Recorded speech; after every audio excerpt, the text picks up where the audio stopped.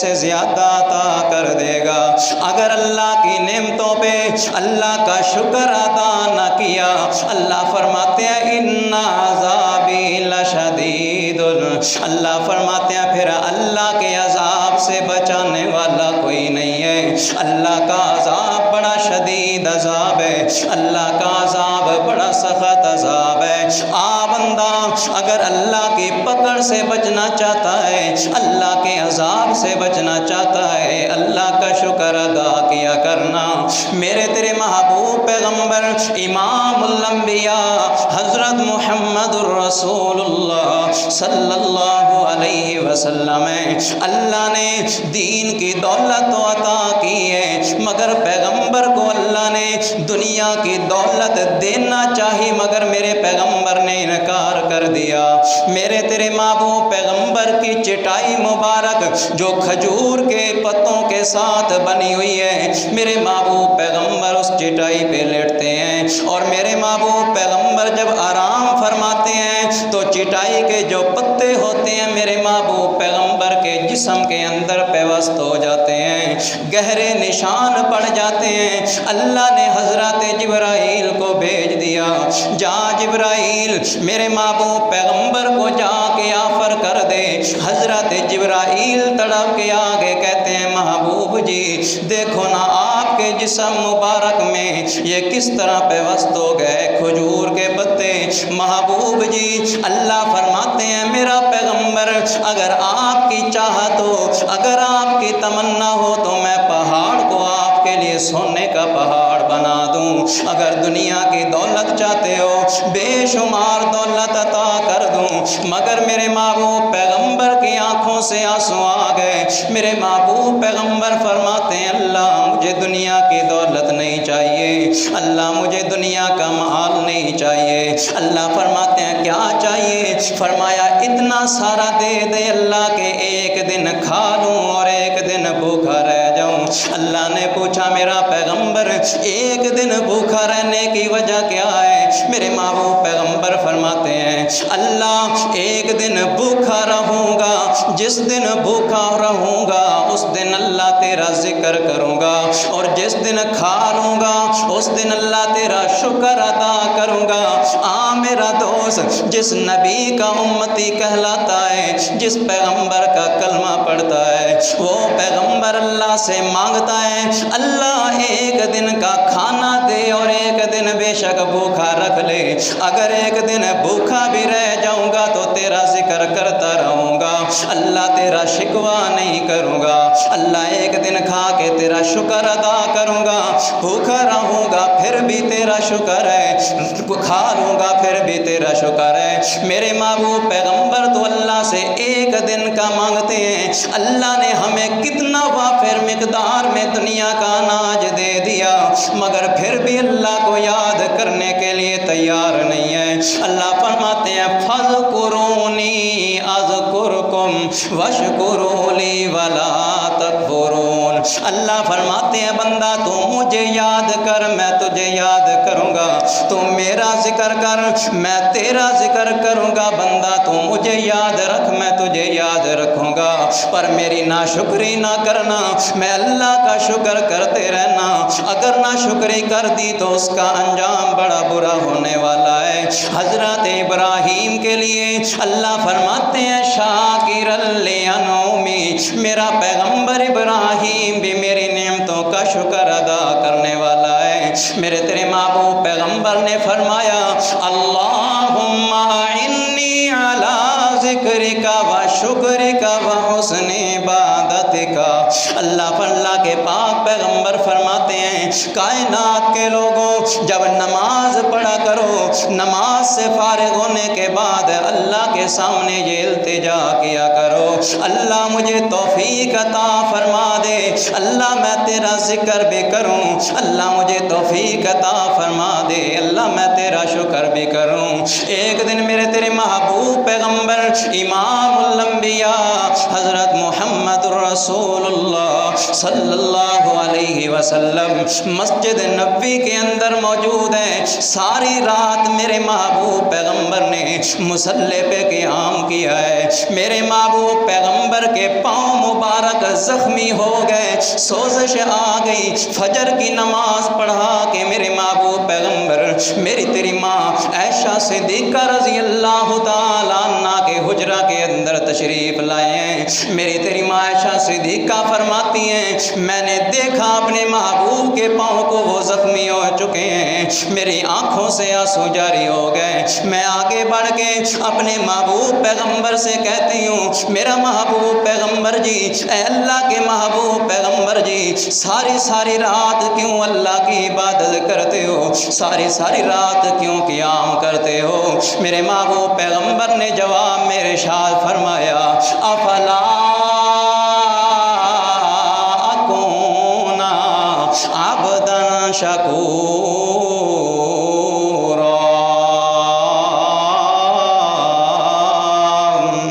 اللہ کے پاک پیغمبر فرماتے ہیں عائشہ کیا تو نہیں چاہتی کہ میں اللہ کا شکر گزار بندہ بن جاؤں؟ عائشہ میں اللہ کا شکر گزار بندہ بن جاؤں۔ میں ساری رات کھڑے ہو کے قیام اس لیے نہیں کرتا کہ اللہ سے دنیا کا مال مانگوں، میں اس لیے قیام نہیں کرتا ساری رات میں عبادت اس لیے نہیں کرتا کہ اللہ مجھے نرینہ اولاد عطا فرما دے، میں اپنے فائدے کے لیے دنیا کا مال نہیں مانگتا بلکہ میں تو اللہ کا شکر ادا کرتا رہتا ہوں۔ اللہ نے دنیا کے اندر میں محمد الرسول اللہ کو کتنی عظمتوں سے نوازا ہے، کتنی شانوں سے نوازا ہے۔ اللہ نے خاتم النبیین بھی میں محمد الرسول اللہ کو بنایا ہے۔ کیوں نہ ہو کہ یہ اللہ کی کتنی بڑی نعمتیں ہیں اور ان نعمتوں پہ میں اللہ کا شکر گزار بندہ بن جاؤں۔ میرا دوست تو بھی اسی طرح اللہ کا شکر ادا کیا کر۔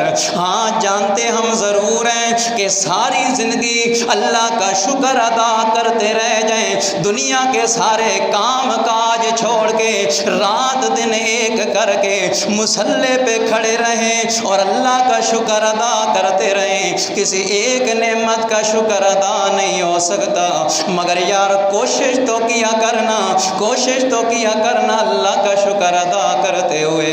اور شکر کرنے کا طریقہ کیا ہے یار؟ نماز تو پانچ وقت کی پڑھ لیا کر، نماز پڑھ لیا کر، اللہ کا ذکر کر لیا کر۔ اور اللہ کا ذکر کیا ہے؟ اللہ کا قرآن ہے یار، اللہ کے قرآن کی تلاوت کر لیا کر، یہی ایک طرح کا شکر ہے۔ تو اللہ کی عبادت کر، اللہ تجھے دنیا کا مال عطا کرتا ہے، اللہ تجھے صحت عطا کرتا ہے، اللہ تجھے نرینہ اولاد سے نوازتا ہے یار، تو اللہ کی عبادت کیا کر۔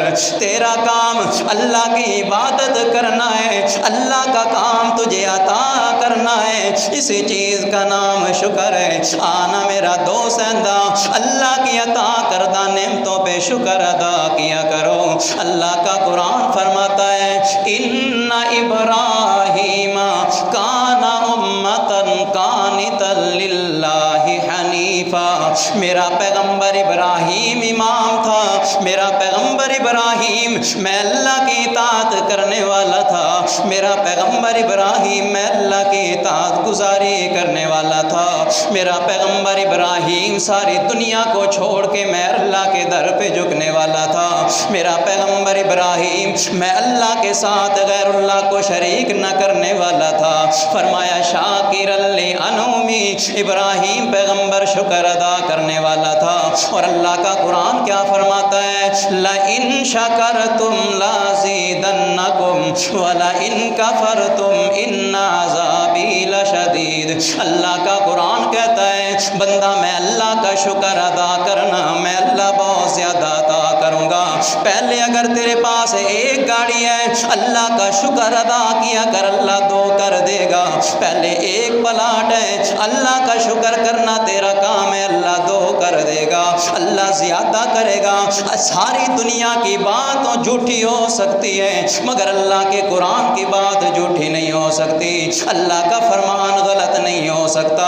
اللہ نے بندے کے ساتھ وعدہ کر لیا لئن شکرتم لازیدنکم ولئن کفرتم ان عذابی لشدید۔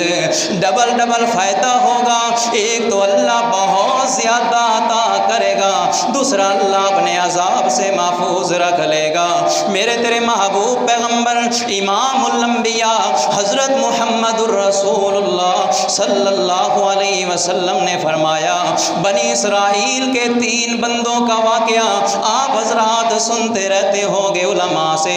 3 بندے بنی اسرائیل کے، ایک بندہ کوڑ کی مرض میں مبتلا ہے، دوسرے بندے کے سر پہ بال نہیں ہے، گنجا ہے، تیسرا بندہ جو ہے وہ آنکھوں سے نابینا ہے، آنکھوں سے اندھا ہے۔ 3 بندوں کا واقعہ میرے محبوب پیغمبر نے سنایا۔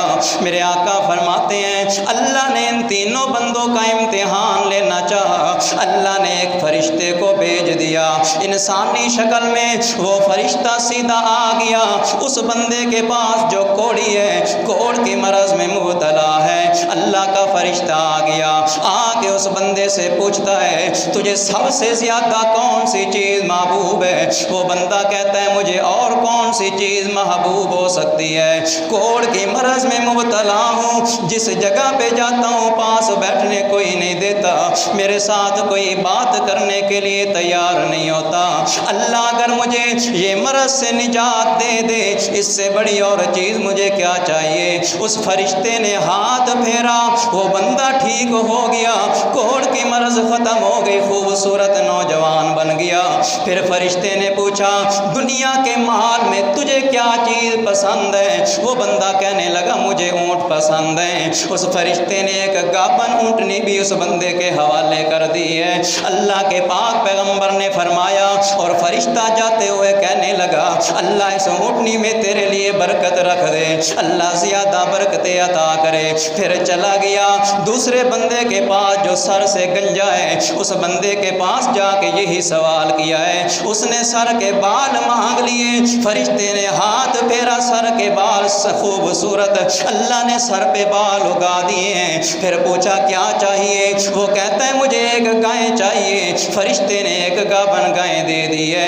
تیسرے بندے کے پاس چلا گیا جو آنکھوں سے اندھا اور نابینا ہے، اس سے بھی یہی سوال جا کے گیا، اس نے بھی یہی جواب دیا ہے۔ فرشتے نے اس کی آنکھوں پہ ہاتھ پھیرا ہے، اللہ نے آنکھیں عطا کر دی ہیں، نابینا سے بینا کر دیا ہے۔ پھر پوچھا دنیا کے مال میں کیا پسند کرتا ہے؟ وہ کہنے لگا میں دنیا کے مال میں بکری کو پسند کرتا ہوں۔ فرشتے نے ایک بکری اس کو گابن دے دی اور جاتے ہوئے کہہ دیا اللہ اس بکری میں تیرے لیے برکتیں پیدا کر دے۔ کچھ عرصے کے بعد فرشتہ دوبارہ واپس آیا، اللہ نے فرشتے کو اسی شکل میں دوبارہ واپس بھیج دیا۔ اس گائے سے، اس اونٹنی سے، اس بکری سے اللہ نے اتنا مال عطا کیا، ان تینوں کو شفا بھی مل گئی، جوانی بھی مل گئی، مال و دولت بھی دنیا کا مل گیا۔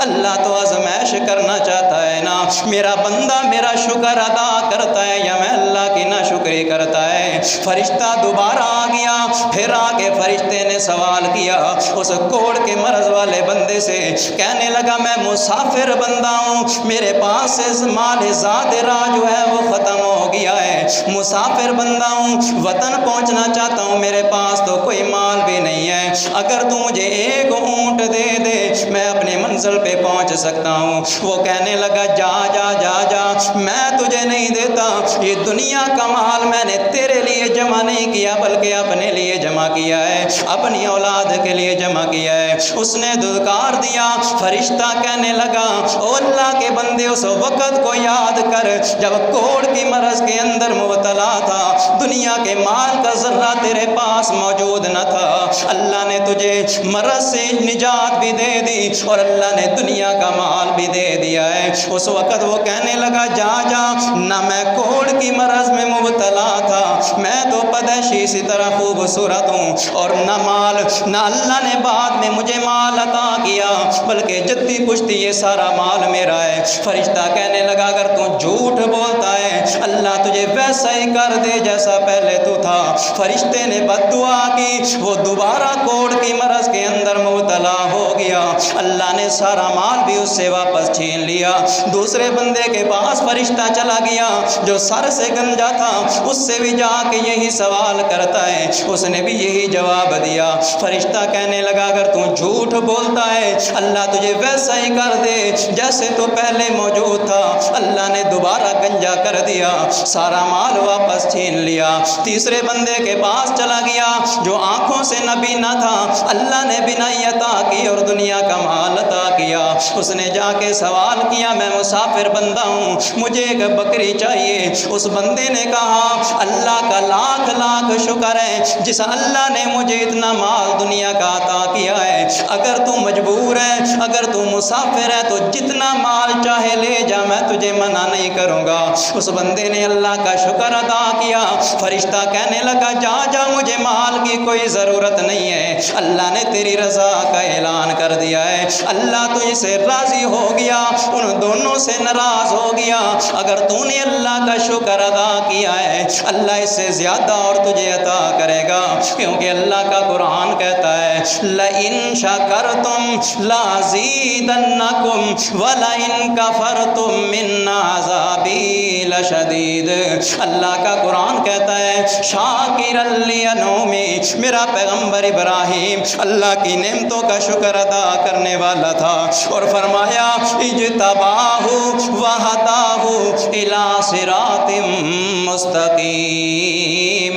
اللہ فرماتے ہیں ہم نے چن لیا ابراہیم کو اور سیدھے راستے کی رہنمائی فرما دی ہے۔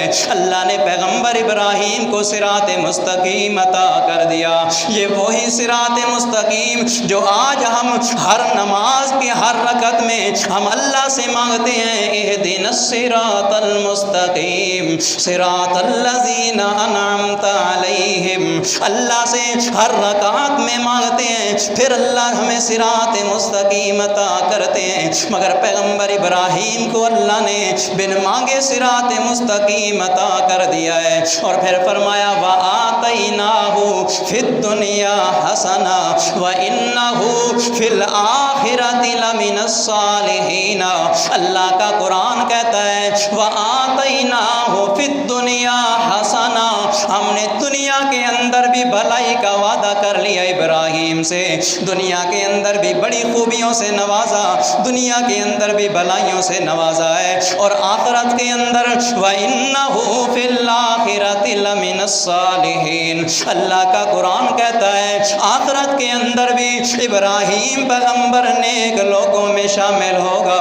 یہ وہی دنیا آخرت کی بھلائی ہے جو آج ہم ہر وقت اللہ سے مانگتے ہیں ربنا آتنا فی الدنیا حسنہ وفی الآخرۃ حسنہ وقنا عذاب النار۔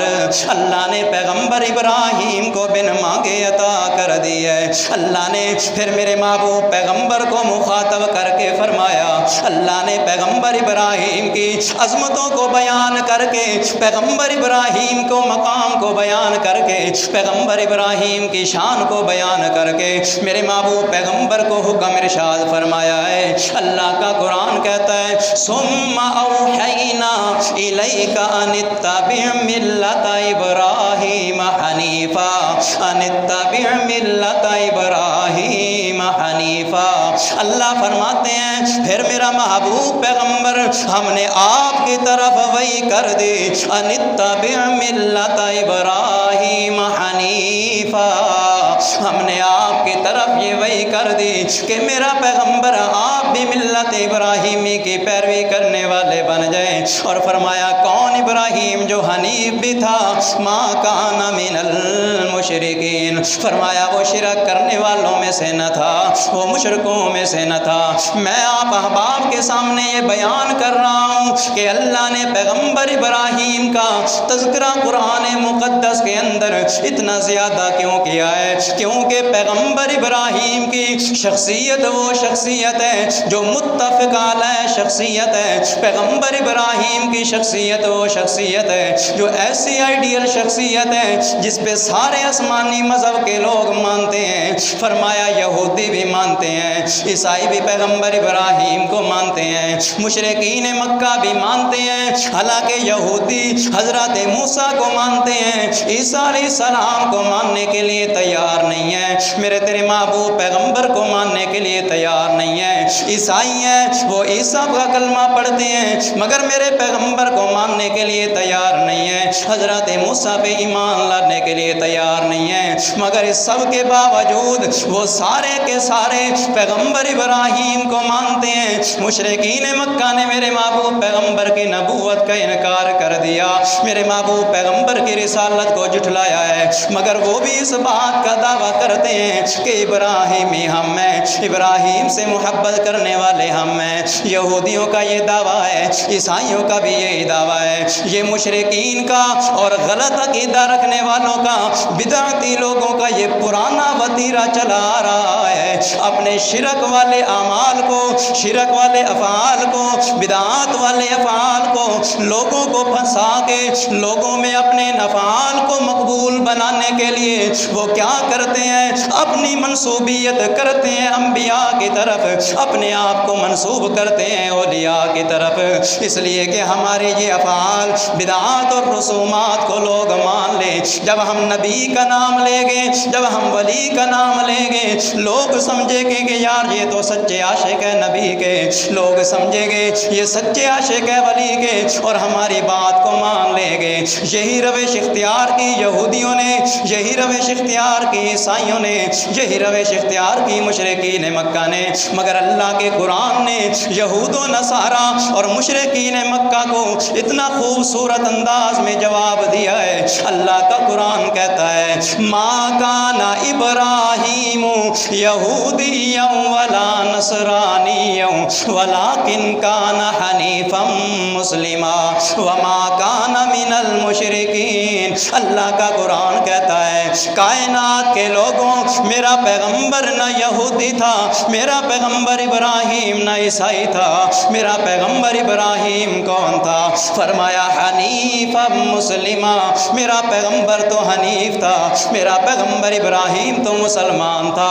وما کان من المشرکین، یہودیوں کا دعویٰ بھی غلط ہے، عیسائیوں کا دعویٰ بھی غلط ہے، مشرکین کا دعویٰ بھی غلط ہے، کیونکہ میرا پیغمبر ابراہیم مشرکوں میں سے نہ تھا۔ اللہ کے قرآن نے جگہ جگہ پیغمبر ابراہیم کا تذکرہ کیا ہے۔ کیوں اتنا زیادہ پیغمبر ابراہیم کا تذکرہ کر دیا؟ کیونکہ نبوت اور رسالت کا پیغام پہنچایا پیغمبر ابراہیم نے انوکھے انداز کے ساتھ، اور دعوت و تبلیغ کا طریقہ کار پیغمبر ابراہیم کا انوکھا تھا۔ سارے نبی، سارے رسول، اس بات میں کوئی شک نہیں ہے، ذرہ برابر شبہ نہیں ہے کہ اللہ کا ہر نبی، اللہ کا ہر رسول، اللہ کا ہر پیغمبر دنیا کے اندر آتا ہے، اور پیغمبر کی تبلیغ اور پیغمبر کی توحید سنانے کی اساس اور بنیاد جو چیز ہوتی ہے وہ دو ہی چیزیں ہوا کرتی ہیں۔ پہلے پیغمبر اللہ کی توحید سناتا ہے، پھر پیغمبر شرک کی تردید کرتا ہے۔ یہ ہر نبی کا وتیرہ اور شیوا ہوتا ہے، ہر نبی کی دعوت تبلیغ اور توحید یہی ہوتی ہے۔ ہر پیغمبر اسی طرح بیان کرتا ہے، ہر پیغمبر اسی طرح تبلیغ کرتا ہے، مگر قربان جاؤں پیغمبر ابراہیم پہ، قربان جاؤں پیغمبر ابراہیم کی تبلیغ کرنے پہ۔ پیغمبر ابراہیم کا تبلیغ کرنے کا انداز سارے انبیاء سے انوکھا اور نرالا ہے۔ جتنے انبیاء دنیا کے اندر آئے وہ آ کے کہتے ہیں لوگوں اللہ کے علاوہ الہ کوئی نہیں، اللہ کے علاوہ مشکل کشا کوئی نہیں، اللہ کے علاوہ حاجت روا کوئی نہیں، اللہ کے علاوہ پکارے سننے والا کوئی نہیں، مگر پیغمبر ابراہیم کا انداز بڑا انوکھا انداز ہے۔ پیغمبر ابراہیم دنیا کے اندر آ گئے، اور دنیا کے اندر آ کے توحید کی دعوت و تبلیغ میں پیغمبر ابراہیم نے بڑی سے بڑی مصیبتوں کا سامنا کیا، بڑی سی بڑی تکلیفیں برداشت کی ہیں، مصائب و آلام کے پہاڑ توڑے گئے، طوفان اور آندیاں، بدتمیزی طوفان پیغمبر ابراہیم کے سامنے اگلنا شروع ہو گیا، مگر پیغمبر ابراہیم کو دیکھنے والوں نے دیکھا، ساری دنیا نے دیکھا، اور قیامت تک لوگ دیکھیں گے، اللہ کا قرآن پڑھیں گے، پیغمبر ابراہیم استقامت کا پہاڑ بن کے کھڑا رہا ہے۔ پیغمبر ابراہیم اپنے موقف سے ایک انچ پیچھے نہیں ہٹا، استقامت کا پہاڑ بن کے کفر کے مقابلے میں ڈٹ رہا ہے۔ اور پہلا پیغمبر ابراہیم وہ پیغمبر ہے جسے قوم والے بھی ستاتے ہیں، قوم والے بھی مارتے ہیں، قوم والے بھی وطن پہ بے وطن کرتے ہیں،